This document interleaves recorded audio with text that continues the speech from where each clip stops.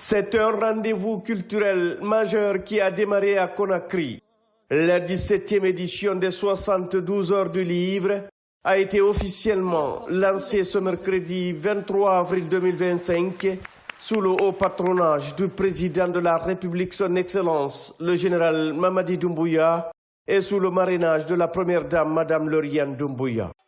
La cérémonie d'ouverture, riche en couleurs et en émotions, a rassemblé de nombreuses personnalités, parmi lesquelles le président du Conseil national de transition, Dr Dansa Kourouma, Djiba Diakité, ministre directeur de cabinet de la présidence, des membres du gouvernement et des représentants des institutions républicaines, ainsi que des diplomates.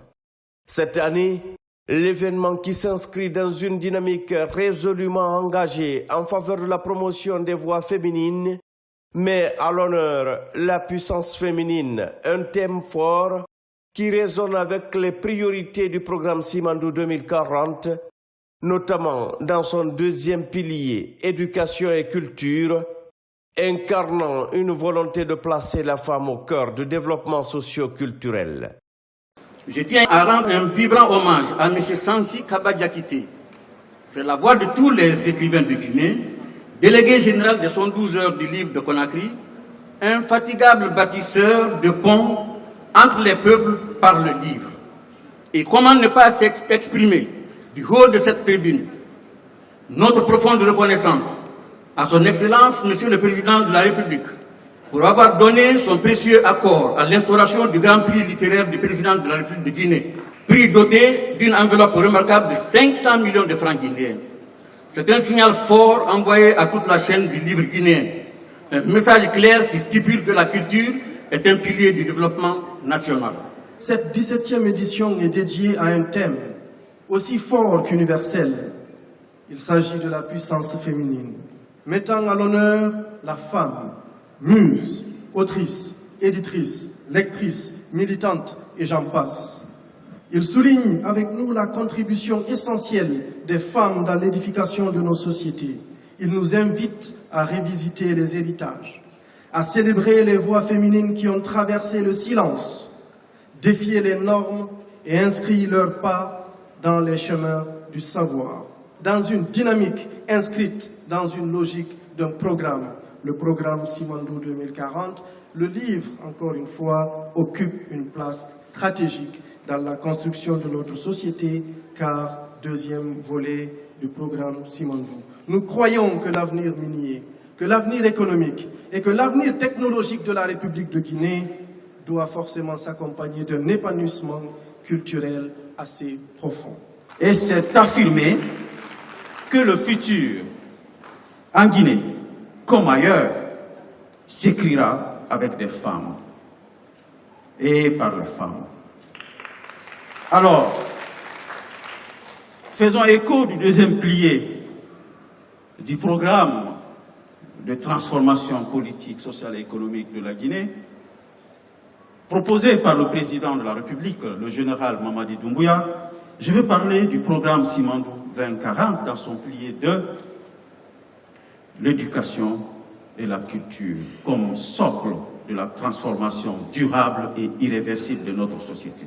Je déclare au nom du chef de l'État, le président de la République, lancer officiellement les 72 heures du livre édition 2025, placé sous le thème « La puissance de la littérature comme levier de la puissance féminine ». Tous les intervenants ont salué les efforts du chef de l'État en faveur de la promotion des femmes. Un engagement récemment illustré par un décret présidentiel ayant porté 48% de femmes au poste de chef de cabinet, confirmant ainsi une avancée notable dans la représentation féminine dans les sphères décisionnelles du pays.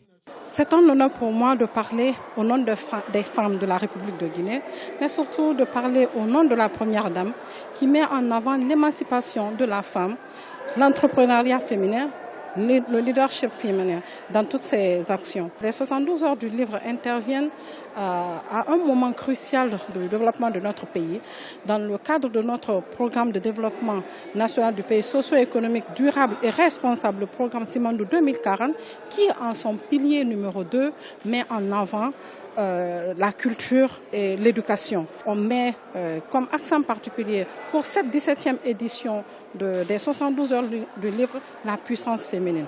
Oui, qui mieux que la femme pour déconstruire les normes sociales?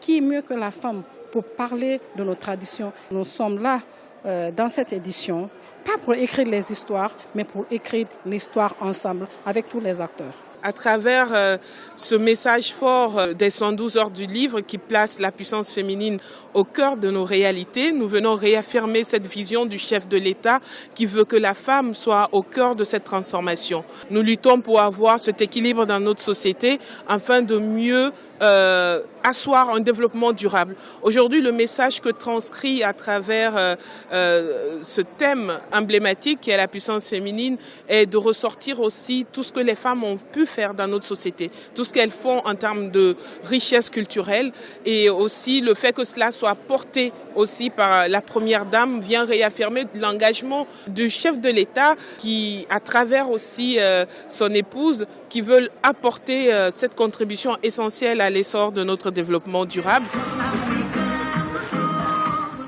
Sur place, des artistes ont livré des prestations hautes en couleur, entre poèmes engagés, danse et chants, pour célébrer le rôle central des femmes dans la société guinéenne.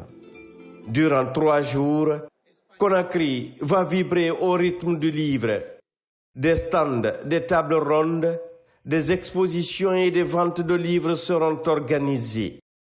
Moment fort de cette journée, le ministre directeur de cabinet de la présidence, Djiba Diakité, a procédé à la remise du prix littéraire des lycéens de Guinée, une distinction qui récompense la passion et le talent des jeunes lecteurs du pays.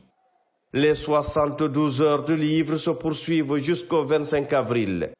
Cette 17e édition est bien plus qu'une fête de livres, c'est un hommage appuyé à la voix et au pouvoir des femmes guinéennes.